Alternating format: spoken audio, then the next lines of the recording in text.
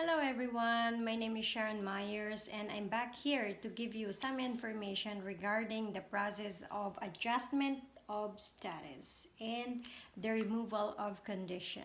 So, so those who don't know yet, we came here, me and my children, with K1 and K2 visas. So my application might be same with you guys, so that's why I'm giving information as I can about this process. So when maybe you watch my videos last 2014 for the K1 process.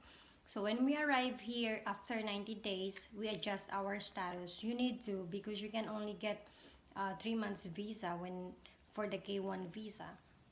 And then after that, you will get married, right? And then within a 90 days period. And then after you get married, you need to process it for adjustment of status. So we gathered some documents, a lot of documents actually. And I remember, I'm sorry, I didn't make any video of that, and I should make one, but for some reason I can't open my channel. So that's why I made a new one, but I'm thinking to stick to this one because this one is been my channel for since 2014 when I started YouTube. Sorry about that. Okay, so then after that, we get the two years visa. So they will give you 2 years visa after you apply for your adjustment of status, right? And then in 2 years, I remember um, there's also I remember that I process for, I need to change my name from Valencia to Myers. So I send those documents separately to my US embassy, Philippine embassy. So then I able to process those, and then for the adjustment of status as well. So you need a lot of documents. Same also with the process of K1. So together with my kids, Then when I received the green card, and this green card is 2 years validity, and then I received mine, and my kids, I think I remember they gave me late, and then expired June for me, and for my kids they will expire November. So before it expire, you need in 90 days before the expiration of your green card, you need to process for a removal of condition. That's what they called, and the form is 1-797. So we sent our documents last month.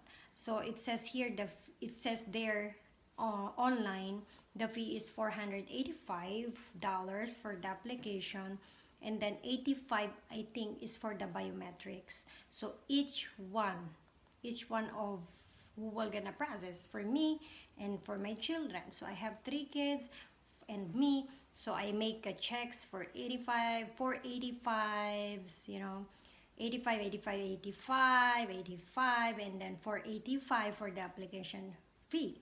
So in total, I have like 5 checks. And then they returned to me the 3 checks for the biometrics for my children. And I wonder why, So, and they said here, sorry, I can't find it again. Okay, here, it says that they returned the check, and they said that, oh, the fee of $680, which is my biometrics and the application fee that they received, they accepted that. They said, for your petition is correct and your petition is being processed, your check in the amount of $255 is being returned to you. So 85 times 3, I think, for the 3 kids, 255. They returned it to me. So I wonder why, because they're supposed to accept that. And then I received a letter again, the 1-797 notice of action. And then they said that my visa will be extended for 1 year. Actually, if you receive this one in all of your process, if you're in K1, you're not going to receive separately for your children. They will ride with you. So if you receive this one, it means one for all, you know, something like that. So then I know my visa extended. For my kids, I'm not really sure because of they don't have any biometrics or something. So then I received this uh,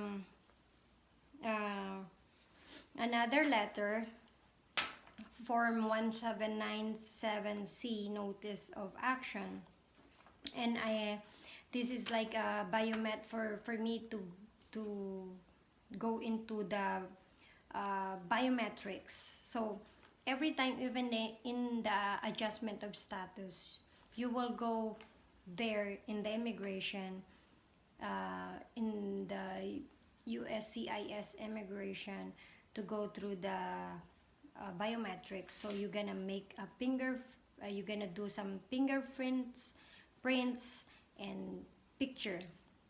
I did that with my kids as well. So then also that picture, of course, it's gonna appear in your green card. So I'm thinking if they were going to give me a 10-year green card next time, how about my kids? And their picture is old since 2 years ago, right? So then I'm thinking, so I for sure I brought them with me last week um, for my schedule for biometrics, and I asked questions there, and nobody understand. Nobody can answer my questions there. It's so frustrating in that area that I tried to call the 1-800 number for information by phone, and nobody can talk to me. They're all operator, you know. So and then when I asked the information, and you can't just go there to ask, you know, you need to have like a schedule ahead of time. So then the lady that was there, she was so helpful to me and to my husband as well.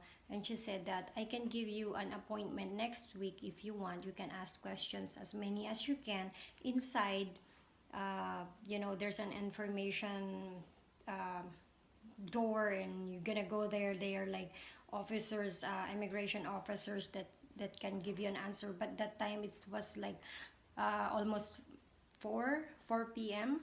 So then I was scheduled today and this morning. So I just arrived, and I wanted to share to you guys the information before I forgot everything.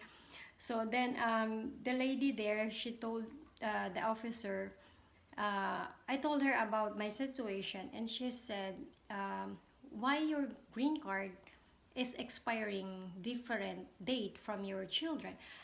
Did you came here all together? I said, yeah, we came here 2014 all together. All the process, we process all together because they are riding with me, of course, in the process. So if I receive the green card, we should have only one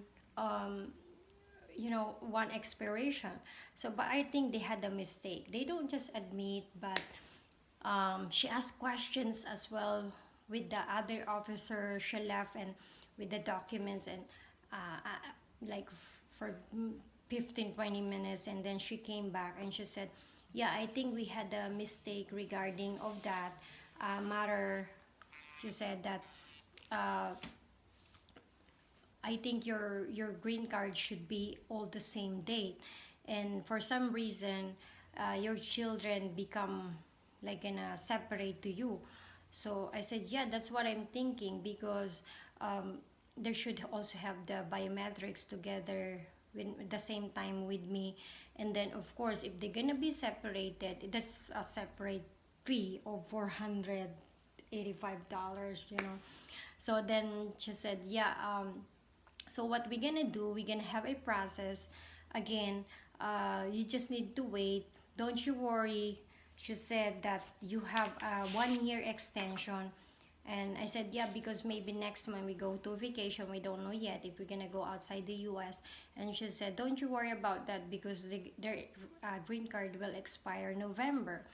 So then she said that they're gonna review my process, my documents, and that takes like a month. And then they were gonna give me a letter information what I'm going to do, maybe the biometrics with my children. So they're gonna review all the process. So here's the thing, about this situation. Next time, I need to check everything, the dates. That's important. And for you guys who are in the same process like me, check the dates with your green card and with your kids. Are they the same date? Because like mine, I didn't care because I think, oh, actually the date doesn't really matter, right? Because they are all in the same process. So for some reason, they said that my kids was separated to my process. So it's like they had their own uh, process, something like that. So that's why they returned mine, because they returned my children's we call that biometrics fee, because they said that it's too early for them if they will base on the green card, because it's 90 days. 90 days before it will expire, you need to process. So for them, it's too early. So they based on the date, I think. So next time, you need to check. That's my my lesson. You need to check. If not the same, you need to call the USCIS and let them know why they are all different dates, so that in the process in the future, you're not going to have any problem like what I experiencing right now. So all I need to do is just to wait, and I think they're gonna send me a letter with another biometrics with my children again. So hopefully this will go through well, and I know I claim that. So as long as you give the documents in complete